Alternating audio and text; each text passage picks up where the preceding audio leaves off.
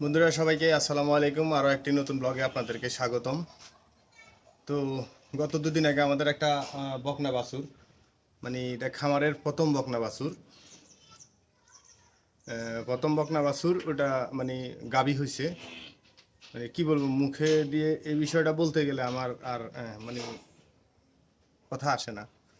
এটা হচ্ছে খামারের প্রথম বকনা বাছুর ছিল এটা। এটা বীজ দেওয়ার পরে দীর্ঘ 10 মাস পরে এটা গাভী হয়েছে।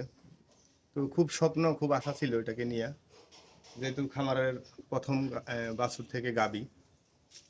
তো এর আগে ভিডিওতে দেখছেন কিনা, বাছুরটা সাধারণত কি হয়, বকনা বাছুর যদি গাভ হয় বীজ দেওয়ার পরে প্রায় 4 মাস 5 মাস পরে গরুর মানে স্বাস্থ্য ভালো হয়ে যায়, চেহারা ভালো হয়ে যায়। কিন্তু এই গরুটা তা হয় নাই। এই গরুটা তা হয় নাই কারণ হচ্ছে এটা এটার আজ থেকে মানে এটা গাভ হওয়ার 1 মাস আগে এর হয়েছিল যে লাম্পিং হয়েছিল।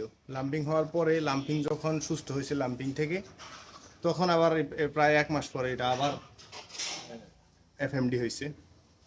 তো এফএমডি থেকে সুস্থ হওয়ার পরে ওকে দেওয়া হয়েছিল, বীজ দেওয়া হয়েছিল। বীজ দেওয়ার কিছুদিন পর পরই ও দেখতাম জোরে জোরে নিঃশ্বাস নিত। তো ওটা ভাবছিলাম ঠিক হয়ে যাবে, ডাক্তার আনলাম, করলাম, কিন্তু কোনোভাবে ঠিক হয় না। ডাক্তার বলছে যে ইয়ের সময়, এফএমডির সময় ওর লাঞ্চে কোনো একটা ইনফেকশন হয়েছে, সে কারণে এটা আস্তে আস্তে ধীরে ধীরে চলে যাবে, সময় লাগবে। তো যাক, এইভাবে যখন শীতকাল আসছিল তখন ভালো ছিল, কিন্তু জোরে জোরে নিঃশ্বাস নিত, খাবার খেতে কম, অল টাইমের পেট খালি থাকতো। তো এই কারণে হয়তো হয়েছে কি, যে বাছুরটা যখন হবে, বাছুরটা আসছিল উল্টা, পিছনের পা। মানে আমি আমার এই পর্যন্ত আমার অভিজ্ঞতায় আমি প্রায় 40 থেকে 42টা বাছুর নিজ হাতে ডেলিভারি করছি। তো আমি যখন ফার্স্ট টাইম দেখলাম ওর ব্যথা উঠছে, আমি দুধ দইতেছিলাম, দুধ দোয়ানো শেষ করে তাড়াতাড়ি করে খাবারটা খেয়ে উঠে আইসা যখন এতে হাত দিছি, প্রথমে যখন হাত অর্ধেক গেছে তখন দেখলাম কি পা, কিন্তু পুরো হাত ঢুকানোর পরেও আমি মাথা বুঝে পাইতেছিলাম না। পরবর্তীতে ডাক্তারের সাথে যোগাযোগ করলাম, ডাক্তার আসলো। উনি যেহেতু এটা মানে অন্য যে গাভিগুলা করাইছি, ডেলিভারি করাইছি, এটা অন্যগুলা থেকে ডিফারেন্ট। তো সে কারণে আমি আর কোনো রিস্ক নিতে যাই নাই।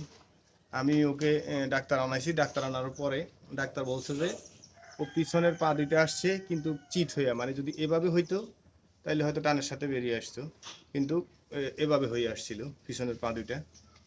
তো যাই হোক, প্রথমে ভিতরে রাখাই আমরা 3-4 জনে মিলে চেষ্টা করছি, কোনোভাবে 1 ইঞ্চি পরিমাণ বের করতে পারিনি। পরে লাস্টে গরুটাকে বাইরে নিয়ে গেছি। আমার সিসি ক্যামেরা আছে, আমি যদি পারি চেষ্টা করব যে সিসি ক্যামেরার ফুটেজটা ভিডিওর সাথে অ্যাড করে দিতে, নাহলে যে কোনো অন্য সময় যে কোনো ভিডিও দিব। তো পরে অনেক চেষ্টা করেও যখন বাছুর বের করতে পারতেছিলাম না, এক পর্যায়ে মানুষ ছিলাম 4 জন, ডাক্তার 2 জন, 6 জন, আরও আসছে 2 জন, আরও আসছে 2 জন, মোট 10 জন। 10 জন মিলে ওকে ডেলিভারি করাইছি। বাছুরটা যখন বের হয়েছে, অর্ধেক বের হওয়ার পরে পরে বাছুরের পেটের ভিতরে যতগুলা পায়খানা ছিল সব একবারে বেরিয়ে আসছে। তো বাছুরটা কিন্তু মানে জিন্দা ছিল। পরে যখন করে খুব মানে এই গরুটা শুয়ে গেছিল পুরো টোটালি, একবারে জমিনে শুয়েছিল। পরবর্তীতে যখন মানে খুব করে খুব কষ্ট হয়েছে, যেটা বলার মতো না। যদি বললাম তো, যদি কোনো সময় পারি সিসি ক্যামেরার ফুটেজটা আপনাদেরকে চেষ্টা করব দেওয়ার জন্য, চ্যানেলটা সাবস্ক্রাইব করে রাখবেন।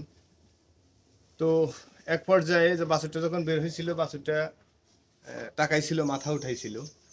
পরে মুখে ফুটও অনেক কিছুই দিলাম, করলাম। বাছুরটা মনে হয় 2 মিনিটের মতো জীবিত ছিল, এর পরে যাক মারা গেছে।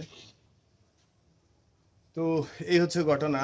আর আমার লাইফে আমি গত 7 বছরের থেকে 8 বছরের অভিজ্ঞতা, অনেকগুলা গরু ডেলিভারি করাইছি, অনেকগুলা গরু দেখছি, পালছি, কিন্তু এত বড় বাছুর আমি জীবনে দেখিনি। বাছুরটার মিনিমাম ওজন ছিল 50 কেজি। আমি ছবি দিয়ে দিব ভিডিওর ভিতরেই, আপনারা দেখতে পারবেন। বাছুরটার ওজন ছিল 50 কেজি, এর কম না। আর ও, এটা হচ্ছে নতুন। আমার মনে হয় যে ওর পেট খালি থাকার কারণে বাছুরটা অনেক জায়গা পেয়ে গেছিল ভিতরে, সে কারণে বাছুরটা অনেক বড় হয়ে গেছিল। আর পার্সেন্টেজ বেশি ছিল না, মাত্র 75 থেকে 76% মনে হয় আমি বীজ দিছিলাম। কিন্তু এটা কিভাবে হলো আল্লাহ মাহমুদ জানে যে একটা গরুর পেটে আরেকটা গরু, একটা গরুর পেটে আরেকটা গরু, এরকম অবস্থা হয়েছে। তো যাই হোক, আল্লাহ ওকে সুস্থ রাখছে এখন পর্যন্ত, কিন্তু ও খাবার দাবার খুব কম খাচ্ছে। আগের মতোই আছে, মানে জোরে জোরে নিঃশ্বাস নেয় বেশি গরম লাগলে। আর যখন বেশি জোরে নিঃশ্বাস নেয় তখন যদি গায়ে পানি ছিটাই দেয় বা গোসল করাই দেয়, তখন ও আবার খাবার খায়, নাইলে খায় না। তো সবাই ওর জন্য দোয়া করবেন। আর আমার চ্যানেলে যদি নতুন হয়ে থাকেন তাহলে অবশ্যই চ্যানেলটাকে সাবস্ক্রাইব করে রাখবেন। আর আপনাদের মূল্যবান কোনো মতামত থাকলে অবশ্যই কমেন্টে লিখে যাবেন। দেখা হবে অন্য কোনো ভিডিওতে। আসসালামু আলাইকুম।